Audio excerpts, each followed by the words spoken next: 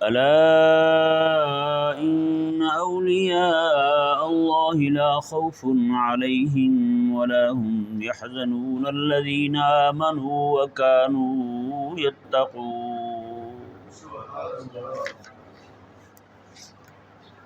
جیسا کہ اس آیت مبارکہ کے متعلق چند ایک گزارشات آپ کی گوش گزار کی تھی، جن میں اللہ تبارک و تعالیٰ کے اولیاء کے اوصاف اور شرائط بیان ہوئی تھی۔ آج اس ضمن میں مزید چند باتیں آپ کے سامنے عرض کی جائیں گی۔ کریم آقا صلی اللہ تعالیٰ علیہ وآلہ وسلم نے ارشاد فرمایا کہ قیامت کے دن میری امت کا ایک ایسا گروہ ہوگا، ایک ایسی جماعت ہوگی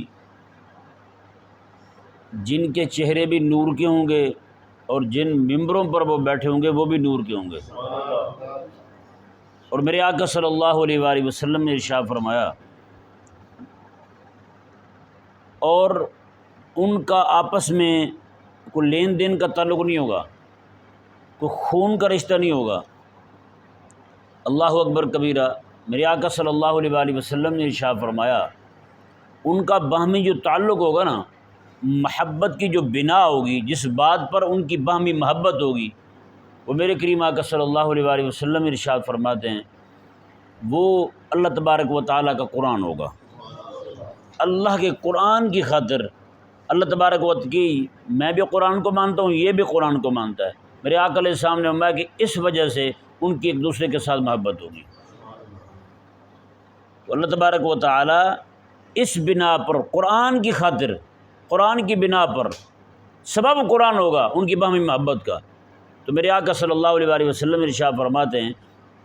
یہ چیز جو ہے نا، ان کی باہمی محبت قرآن کے سبب جو ہوگی،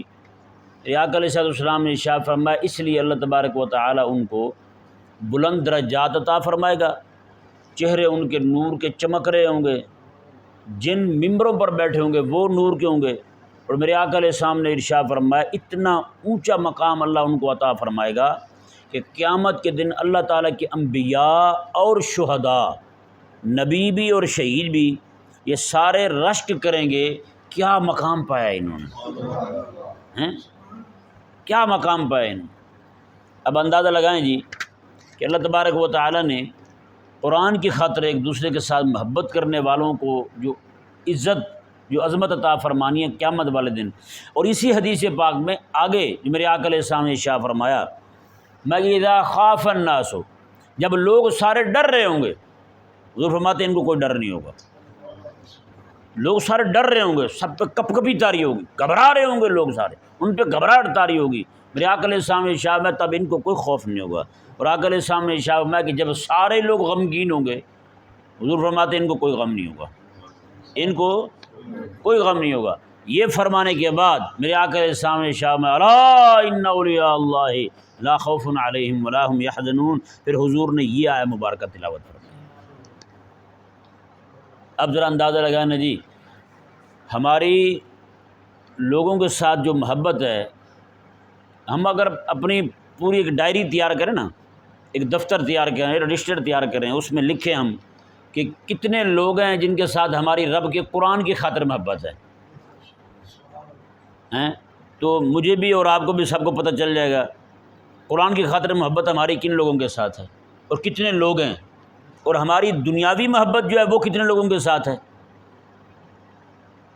دنیا کی خاطر محبت جو ہے وہ کتنے لوگوں کے ساتھ ہے، وہ بھی ہمیں پتہ چل جائے گا۔ پھر اپنی ذات کی خاطر محبت جو ہے وہ کتنے لوگوں کے ساتھ ہے، وہ بھی پتہ چل جائے گا۔ محلے میں رہنے کی خاطر، محلے میں رہ رہے ہیں نا، ایک جگہ پہ رہ رہے ہیں، محلہ سبب ہے ان کی باہمی محبت کا، یہ کتنے لوگ ہیں، نہیں سمجھ آ رہا مسئلہ؟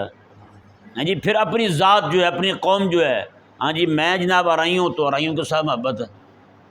ہاں جی پھر پیر بھائی کی پیر بھائی کے ساتھ محبت ہوگی، ہاں جی میں فلاں پیر کا مرید ہوں لہٰذا یہ بھی فلاں پیر کا مرید ہے۔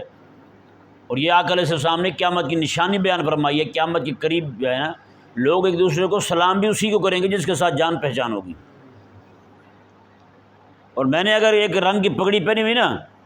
تو دوسرے لوگ جو ہیں وہ کسی اور جگہ مرید ہیں تو وہ سلام نہیں کریں گے جلدی مجھے،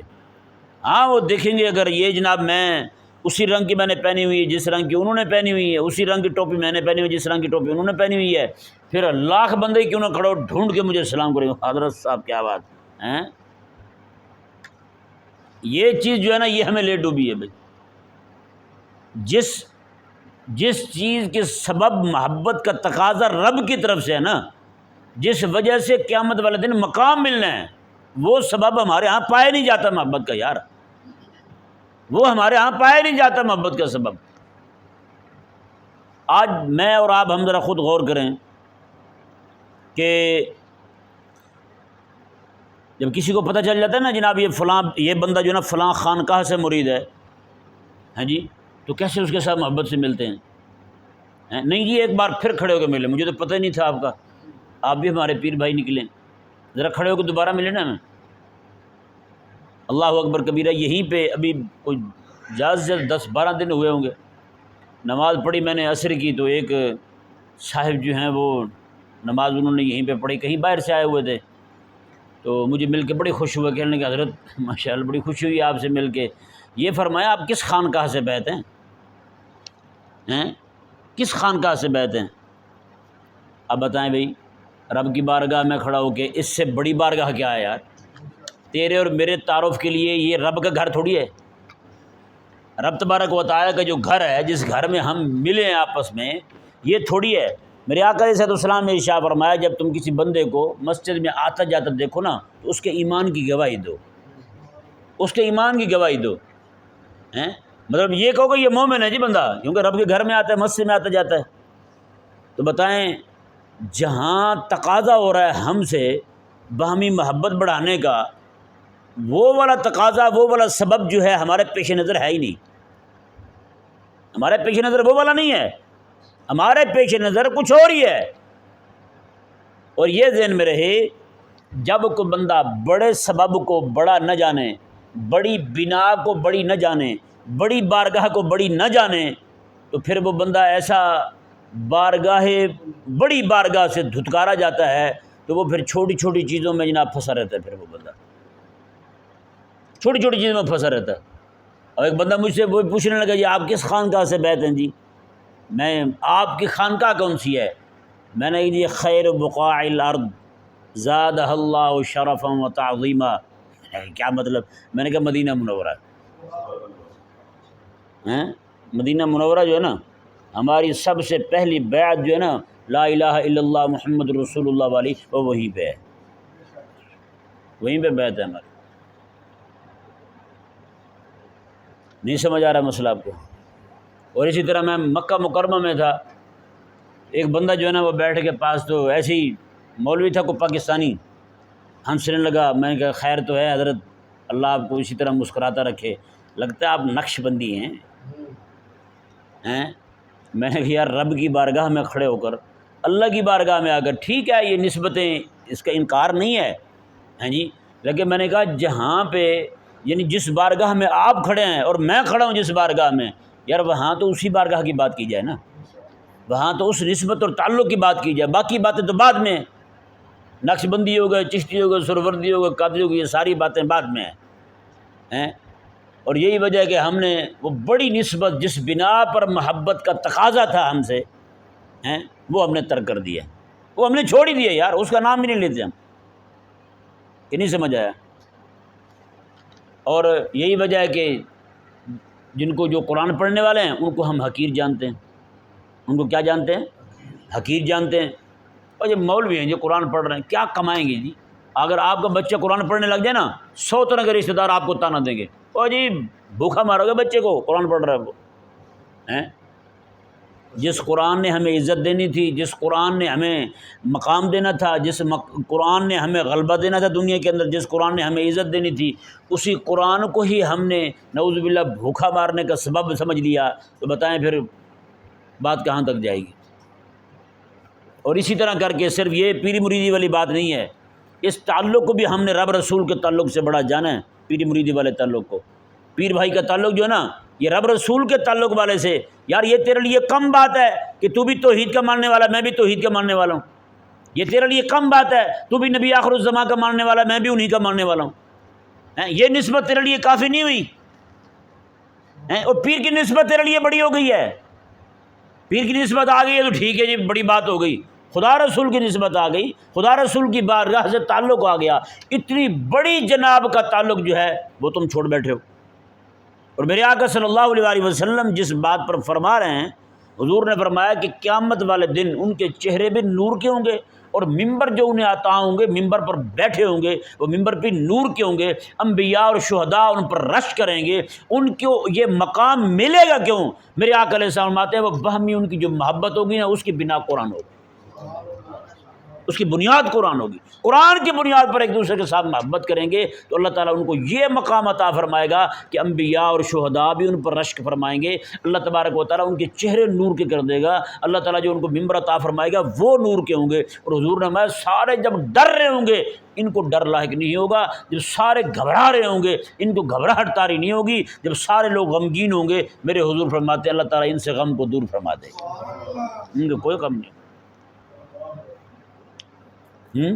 کوئی ایک حدیث ایسی نہیں آئی کہ جناب پیری مریدی والے جو ہے نا وہ ان کے نور کے ممبر پہ بیٹھے ہوں گے۔ قرآن کی تو بات آئی ہے بھائی، قرآن کی تو بات آئی ہے۔ تو پھر آپ کسی سے بھی پوچھیں نا، یہ کبھی بھی نہ پوچھیں۔ حضور کے صحابہ کرام علیہ مردوان جب آپس میں ملتے تھے تو ان سے پوچھیں ذرا وہ کیا باتیں کرتے تھے۔ بخاری شریف میں حدیث پاک ہے، اور پہلی باب میں یہ حدیث پاک ہے۔ ایک صحابی حضور کے دوسرے کو ملے تو کہنے لگے یار بیٹھ تھوڑا سا ایمان ہی بڑھا دیں ہم، تھوڑا سا ایمان بڑھا لیں اپنا، مطلب ایمان کے بارے میں باتیں کریں ہم، اللہ تبارک و تعالیٰ کے تعلق کے بارے میں باتیں کریں ہم۔ تو وہ والی باتیں جو ہے نا وہ ہمارے ہاں، یار تم نے نبی علیہ السلام کی جب عزت و ناموس پہ حملے ہو رہے ہیں، لوگ آقا علیہ السلام کی محبت سے بیگانے ہو رہے ہیں جی، ایسے حالات میں تو تمہیں چاہیے زیادہ سے زیادہ حضور کا ذکر کرو، زیادہ سے زیادہ میرے آقا علیہ السلام کی عظمت اور شان بیان کرو۔ جب لوگ اللہ تعالیٰ کی توحید سے بیگانہ ہو رہے ہیں، جب لوگ جو ہے نا ان کو پتہ ہی نہیں چل رہا کہ اللہ تبارک و تعالیٰ کے بارے میں کیا کہنا ہے کیا نہیں کہنا، نعوذ باللہ اللہ تعالیٰ کی گستاخیاں ہو رہی ہیں، بے ادبیاں ہو رہی ہیں اللہ تبارک و تعالیٰ کی، تو ایسے حالات کے اندر اپنے پیر کے رات دن قصیدے پڑھتے رہنا ہے، اور پیر جو ہے نا وہ بھی دھموسا بیٹھ کے اپنی تعریفیں سنتا رہے، اس کو بھی ذرا خیال نہ ہے یار میرے رب سونے کی بات کرو یار، رب تعالیٰ کی باتیں ختم ہو گئی جو میری باتیں شروع کر دی ہیں تم نے، میرے آقا علیہ السلام کی باتیں ختم ہو گئی جو میری باتیں شروع کر لی ہیں تم نے، کبھی بھی نہیں کہیں گے، کیونکہ اس سے نفس موٹا ہوتا ہے نا، نفس خوش ہوتا ہے یار میری تعریف ہو رہی ہے۔ اللہ تبارک و تعالی ہم سب کو سمجھنے کی توفیق عطا فرمائے۔ یہ خود رائی خود بینی یہ جو بیماری ہے نا عجب والی، یہ بیماری جس بندے میں آ جائے وہ نکلتی نہیں ہے، پھر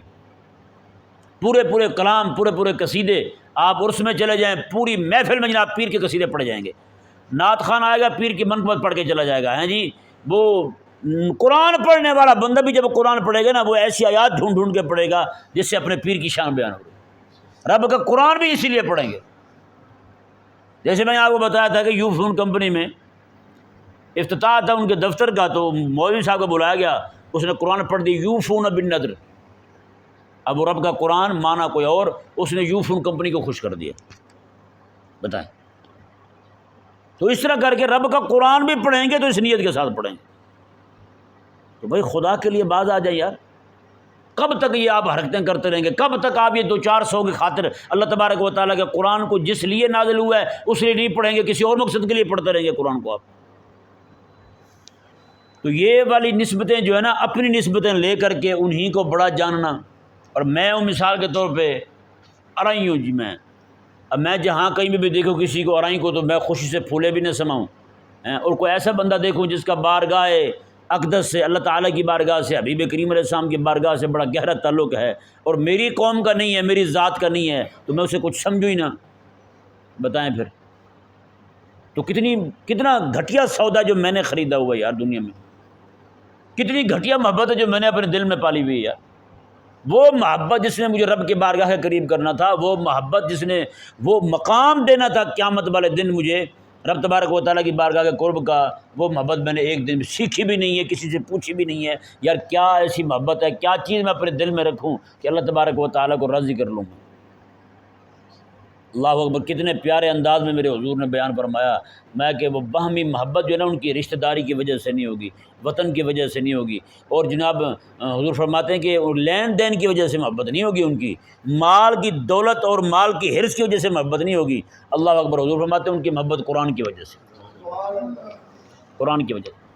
صرف قرآن کی وجہ سے محبت جو ہے نا، فرمایا حضور نے کہ یہ محبت ان کو وہاں لے جائے گی جہاں انبیاء کرام علیہ السلام اور شہداء بھی ان کے مقام کو دیکھ کر رشک فرمائیں گے۔ دیکھیں یار، قرآن کی محبت وہاں لے جاتی ہے تو پھر قرآن کی نوکری کہاں لے جائے گی؟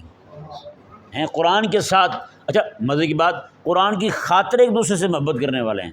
قرآن کی خاطر ایک دوسرے سے محبت کرنے والے ہیں، تو پھر جن کے دل میں رب کے قرآن کی محبت آ جائے، قرآن کی محبت آئی ہے تو ایک دوسرے سے محبت کی ہے نا انہوں نے، ہیں تو اب بتائیں یار، جو صرف بندہ قرآن کی خاطر ایک دوسرے سے محبت کرے اسے یہ مقام ملے، تو جو بندہ قرآن کی نوکری کرنے لگ جائے پھر، ہاں جی سویرے سویرے اٹھ کے وہ ہے جی میں گھر نہیں جاؤں گا جب تک رب کا قرآن نہ پڑھ لوں، نیند بھی زور کر رہی ہے، رات ساری ٹھنڈی ہوا بھی چلتی رہی ہے، ہاں جی، اور جب ٹھنڈا موسم ہوا تو اس وقت بستر کو چھوڑ کے آ گیا، یار میں رب کا قرآن سیکھنے جا رہا ہوں، رب کا قرآن سننے جا رہا ہوں، تو بتائیں یہ اس لیے جو محبت ایک دوسرے کے ساتھ ہوگی، بتائیں کیا مقام پائے گا وہ قیامت والے دن۔ اس لیے تو ہم پوچھتے یار میرا محلے دار بیمار ہے، یار میں جا کے اسے پوچھوں کیوں بیمار ہے، کیا ہو گیا اسے، کسی چیز کی ضرورت ہو تو میں دے دوں اس کو، کیا اس لیے بھی ہم کسی کو جا کے پوچھتے یار یہ میرے ساتھ قرآن کا درس سنتا تھا بیچارہ بیمار ہو گیا، جا کے پوچھوں کیوں بیمار ہو گیا، ہے یہ نہیں پوچھتے ہم، یہ پوچھتے بھول جاتے ہم۔ اگر یہ محبت جو ہے نا، دیکھیں مثال کے طور پر میں درس سن رہا ہوں، یار میرا ساتھی ایک بیٹھتا تھا ادھر، آج وہ نہیں بیٹھ رہا، کہاں گیا وہ، میں پوچھوں اس سے، واٹس ایپ پہ درس سنتا تھا، باقی تو ہم ایک دوسرے کے میسج جو ہے نا دیکھ کے دیکھتے ہیں یار بلیو ٹیک آیا نہیں آیا، کبھی ہم نے کسی کو درس بھیج کے بھی دیکھا ہے بلیو ٹیک آیا یا نہیں آیا ہیں، بعد میں پوچھتے یار ریکارڈنگ بھیجی تھی میں نے تجھے 1.5 منٹ کی، سنی نہیں ہے تو نے، رب تعالیٰ کے قرآن کی ریکارڈنگ بھیج کے بھی کبھی پوچھا ہم نے یار تجھے ریکارڈنگ بھیجی تھی درس کی، وہ بھی سنی ہے یا نہیں سنی ہے؟ تو یہ چیزیں جو ہیں یہ قیامت والے دن آپ کو مقام دلانے والی ہیں۔ پھر حضور فرماتے ہیں کہ قرآن کی خاطر محبت ایک دوسرے کے ساتھ، بنا جو ہے نا وہ قرآن رب تبارک و تعالیٰ کا، اس لیے ایک دوسرے کے ساتھ محبت کرنے والے ہوں گے، تو محبت ہو گئی بھائی، اب قرآن کی نوکری بھی آ جائے تو اللہ اکبر کبیرہ، شان برا البرا ہو جائے گی، ہیں ایسے تو نہیں۔ پھر حضور فرماتے ہیں کہ جو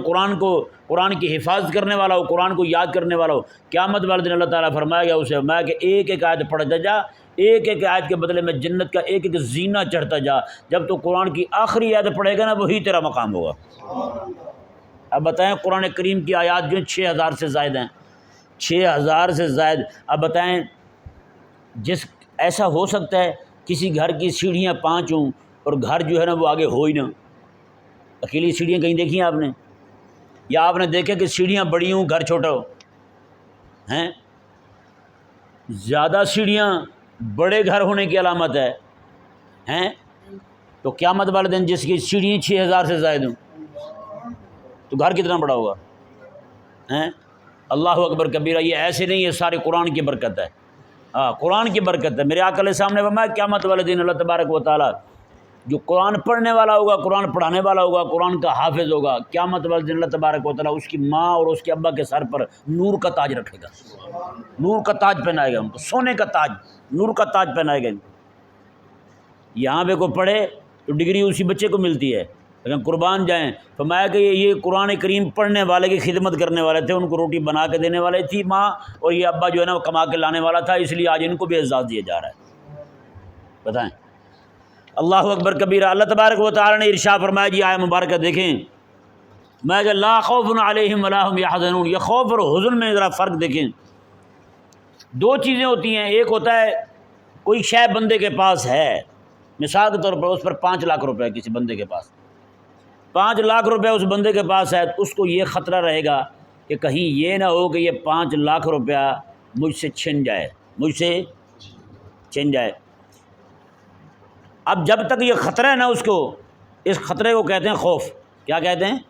خوف کہتے ہیں۔ مستقبل میں اس کو چھننے کا خطرہ ہے، اللہ نہ کرے وہ 5 لاکھ روپے اس کا چھن جائے، 5 لاکھ اس کا چھن جائے، اب اسے خوف نہیں ہوگا چھننے کا، تو ہے ہی کچھ نہیں، تو خوف کس چیز کا ہوگا؟ ہاں اب جو اس کے دل میں ملال ہوگا نا اس کو حزن کہتے ہیں، اس کو کیا کہتے ہیں؟ حزن کہتے ہیں۔ نہیں، یہ حزن ہے۔ مستقبل میں جو خطرہ ہو اسے کیا کہیں گے؟ خوف، اسے کیا کہیں گے؟ خوف کہیں گے۔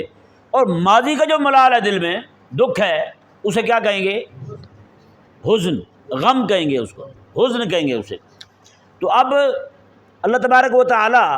کہ جو نیک بندے ہیں اہل اللہ، جن کے بارے میں ابھی بیان ہوا، قیامت والے دن جب یہ جنت میں جائیں گے ان کو نہ ماضی کا غم ہوگا نہ مستقبل کا خوف ہوگا، نہ ماضی کا غم ہوگا نہ مستقبل کا خوف ہوگا۔ ماضی کا غم کیسے نہیں ہے؟ کیونکہ ماضی میں وہ اللہ کو راضی کر کے گئے ہیں، ماضی میں اللہ کو راضی کر کے، اور یہاں پہ یہ نقطہ ذہن میں رہے، قیامت والے دن جو بھی بندہ جنت میں چلا جائے گا ایک بار، اس کو یہ والی شان حاصل ہو جائے گی، نہ اس کو پیچھے کا غم رہے گا نہ آگے کا خوف ہوگا، پیچھے کا بھی غم نہیں ہوگا، کیونکہ اب اللہ تعالیٰ کا وعدہ آ گیا، ابھی جنت میں آ گیا، وما ہم منہا بمخرجین، جنت میں آ گیا، باہر نہیں نکالا جائے گا، نہ اسے مستقبل کا خوف ہوگا، کوئی کسی طرح کا بھی خوف نہیں ہوگا۔ ایک تو اللہ راضی ہو جائے گا ہمیشہ کے لیے، اللہ کی رضا مل جائے گی اسے، اور باقی سارے معاملات جو ہیں وہ سارے حل ہو جائیں گے۔ اب یہ والی کیفیت جنت کے اندر جا کے ہر ایک بندہ مومن کو حاصل ہو جائے گی، جو بھی بندہ جنت جائے گا، نہ پیچھے کا غم ہوگا نہ آگے کا خوف ہوگا۔ اچھا جی، تھوڑا سا اس سے پیچھے آ جائیں میدان محشر میں۔ کہاں آ جائیں؟ میدان محشر میں۔ میدان محشر جب بپا ہوگا تو اس وقت بھی اللہ تبارک و تعالی نے ارشاد فرمایا لا يحزنهم الفزع الاکبر، فرمایا کہ یہ جو لوگ ہیں نا اہل اللہ ہیں، ان کو قیامت کے دن سب سے بڑی گھبراہٹ جو ہے نا وہ بھی ان کو پریشان نہیں کرے گی، سب سے بڑی گھبراہٹ جو ہے وہ بھی ان کو پریشان نہیں کرے گی، پریشان نہیں ہوگا قیامت والے دن یہ لوگ ہیں۔ اور وجہ اس کی کیا ہے؟ میں تتنزل علیہم الملائکہ، قیامت والے دن اللہ تبارک و تعالیٰ ان پر فرشتے نازل فرمائے گا، ہیں جی۔ اور حضور فرماتے ہیں، اللہ تعالیٰ قرآن میں فرماتا ہے، میں جب یہ قبروں سے نکلیں گے تو فرشتے جو ہیں ان کو قبروں سے نکلتے ہی ان کو کھڑے کو خوشخبری سنا رہے ہوں گے، آج تمہیں کسی شے کا کوئی خوف نہیں ہے، کسی شے کا کوئی غم نہیں ہے، آج تم بے فکر ہو کے اللہ تبارک و تعالیٰ کی بارگاہ میں حاضر ہو جاؤ۔ بتائیں، یہ وہ لوگ ہیں جن کو جنت میں بھی کوئی خوف نہیں ہے، جن کو جنت میں بھی کوئی غم نہیں ہے، اور میدان محشر میں بھی نہیں ہے۔ اس پر قرآن کریم کی آیات کریمہ متعدد موجود ہیں اس پر۔ اور مزے کی بات، تھوڑا سا اور پیچھے آ جائیں، اب بتائیں نا، جنت ہی جنت سے نکل رہا ہے، فرشتے وہاں کھڑے ہوئے ہیں، تتلقاہم الملائکہ ھذا یومکم الذی کنتم توعدون، فرشتے جو ہیں وہاں کھڑے ہوئے ہیں قبر سے باہر نکلتے ہوئے، تتلقاہم الملائکہ، ملائکہ وہیں پہ ملاقات کریں گے ان کے ساتھ، آج جی آج آج آج ماشاء اللہ آ گئے جی آج آج ہیں۔ اور یہی وجہ ہے جسے غم ہوگا وہ کہیں گے ہو کس نے ہمیں اٹھا دیا، ابھی تو ہم لیٹے تھے، ہیں کس نے ہمیں جگا دیا، من بعثنا من مرقدنا، ہیں اس وقت کہا جائے گا ھذا ما وعد الرحمن، بھائی یہ ہے رحمان کا وعدہ، اس نے کہا تھا تمہیں اٹھاؤں گا، آج اٹھ گئے ہو تم، ہیں اللہ اکبر کبیرہ۔ اور یہ جو ہے وہ قیامت کا منظر دیکھ کے گھبراہٹ طاری ہوگی ان پر۔ دوسری طرف وہ بندہ مومن جو ہے جنتی، میرے آقا علیہ السلام فرماتے ہیں کہ بندہ مومن جو ہے وہ جنت قبر میں جاتا ہے تو اس کو قبر کی پوری زندگی، ہم تو سینکڑوں سال بتا رہے ہیں، قبر کی پوری زندگی میں حضور فرماتے ہیں اس کو اتنی لگے گی جیسے کوئی بندہ صرف 2 نفل نماز پڑھتا ہے، اس سے بھی کم، حضور فرماتے ہیں اس سے بھی کم وقت لگے گا اس کو۔ اب بتائیں اس کا یہ وقت ایسے طے ہو رہا ہے تو وہ قیامت والے دن کھڑا ہوگا۔ اس سے بھی پیچھے آ جائیں، قبر میں بھی کوئی خوف نہیں ہے، قبر میں بھی کوئی غم نہیں ہے۔ اب بتائیں یار، جس عورت کی شادی ہوگا کسی جگہ جائے، بعد میں لڑائی دھکے مکے ہوں تو ایک الگ بات ہے، پہلی رات اس کو کوئی مسئلہ ہوتا ہے، وہ واحد رات ہوتی ہے جو اس کی خوشی خوشی گزرتی ہے یہ نہیں؟ اللہ اکبر۔ تو بندہ مومن، حضور فرماتے ہیں بندہ مومن جب قبر میں جاتا ہے نا تو اللہ تبارک و تعالی جنت کی کھڑکی اس کے لیے کھول دیتا ہے، جنت کا بستر اس کے لیے بچھا دیا جاتا ہے، تو فرشتے جو ہیں اس کو کہتے ہیں نم کنومت العروس، اب تو ایسے سو جا جیسے دلہن سوتی ہے۔ بتائیں دلہن کو کس چیز کا غم ہوتا ہے؟ پھر سارے غم مٹ جاتے ہیں، اب اسی کے گھر میں آ گئی جس کے لیے وہ اتنی پلی بڑی تھی۔ تو جنت قبر کے اندر جب بندہ مومن گیا تو اس کا خوف بھی ختم، اس کا غم بھی ختم۔ اب اس سے تھوڑا پیچھے آ جائیں، اہل اللہ جو ہیں وہ دنیا کے اندر رہ کر بھی اللہ تبارک و تعالیٰ ان کے دل میں یہ 2 چیزیں کبھی نہیں آنے دیتا، یہ 2 چیزیں اللہ تعالیٰ دنیا میں بھی نہیں آنے دیتا ان کے دل میں، ہیں جی۔ خوف ہوتا ہے ہیں جی فلانی شے چھن جانے کا، اللہ تعالیٰ کے ولیوں کو کوئی خوف نہیں ہوتا، ہیں وہ کہتے ہیں یار یہ تھا بھی اسی کا، لے بھی اسی نے لیا ہے، دیا بھی اسی نے تھا، تو مسئلہ کیا ہے؟ یہ ہم جیسے لوگ ہیں، ہاں طبی طور پہ تھوڑی دیر کے لیے ان کو آ جائے تکلیف، یعنی کہ محسوس ہو تو وہ ایک الگ بات ہے، اس سے انکار نہیں ہو سکتا، لیکن ہمیشہ ہمیشہ اسی غم کو لیے بیٹھے رہنا یہ ان کی شان نہیں ہے، یہ اہل اللہ کی شان نہیں ہے کہ ایک ہی غم لے کے بیٹھے ہوئے ہیں بس۔ جیسے آقا علیہ السلام کی امت کے بہت بڑے بزرگ ہیں، بہت بڑے فقیہ ہیں، وہ پتہ کیا فرماتے ہیں؟ ان کا غم اور ہمارا غم دیکھیں۔ وہ کہتے ہیں کہ میری تکبیر اولیٰ رہ گئی ہے، صرف ایک ہی بندہ میرے پاس افسوس کرنے آیا ہے، کہتے یہی میرا بیٹا مر جاتا تو 10,000 بندے نے افسوس کرنا تھا۔ ان کو غم بھی ہے تو کس چیز کا غم ہے؟ دین کا غم ہے۔ کس چیز کا غم ہے؟ دین کا غم ہے ان کو، اور ہمیں غم نہیں ہے تو کس چیز کا غم نہیں ہے؟ دین کا غم نہیں ہے۔ اس کے علاوہ سارے غم پالے ہوئے ہیں، اور یہ تو میرے آقا علیہ السلام کا فرمان ہے کہ فرمایا کہ اللہ تبارک و تعالیٰ فرماتا ہے بندہ مومن تو صرف ایک کام کر، دل اپنا میرے لیے خالی کر دے، باقی سارے معاملات تیرے میں آسان کر دوں گا۔ اگر تو نے دل اپنا میرے حوالے نہیں نہ کیا تو میں کہ پھر تیرا دل مصروف ہی رہے گا۔ پھر آج دل الجھے ہوئے ہیں، دل پریشان ہیں، ہر طرح کے معاملات جو ہیں نا اس میں پھنسے ہوئے ہیں ہم۔ بہرحال اللہ تبارک و تعالیٰ نے جو ارشاد فرمایا کہ الا ان اولیاء اللہ لا خوف علیہم ولا هم یحزنون، میں خبردار جو اللہ والے ہیں نا، جو اللہ والے ہیں، اللہ کے ولی ہیں، جو یہ ذہن میں رہے۔ ہمارے ائمہ فقہا فرماتے ہیں، امام اعظم ابو حنیفہ کا بھی قول ہے اور امام شافعی رضی اللہ عنہ کا بھی قول ہے، آپ فرماتے ہیں اگر اس دنیا کے اندر علماء جو ہیں یہ ولی نہیں ہیں تو پوری کائنات میں کوئی ولی ہے ہی کوئی نہیں، پھر پوری کائنات میں کوئی ولی پھر ہے ہی کوئی نہیں۔ اللہ تبارک و تعالی، کیونکہ وہ میں نے بتا دیا آپ کو کہ قرآن کی بنا پر محبت ہیں جی، تو یہ علماء قرآن کے خادم ہیں، قرآن کے نوکر ہیں، قرآن کے نوکر ہیں، اس کی نوکری کرنے والے ہیں۔ تو امام شافعی نے امام ابو حنیفہ رضی اللہ عنہما نے جو یہ فرمایا نا کہ علماء کے علاوہ علماء اگر ولی نہیں تو کوئی ولی ہے ہی نہیں، تو یہ حقیقت بات ہے، اور یہ آقا علیہ السلام کی اس فرمان سے ماخوذ ہے جو ابھی میں نے آپ کو پڑھ کے سنایا ہے۔ ہاں جی، کو قرآن کی خاطر محبت کرنے والے اللہ تبارک و تعالی ہم سب کو سمجھنے کی توفیق عطا فرمائے۔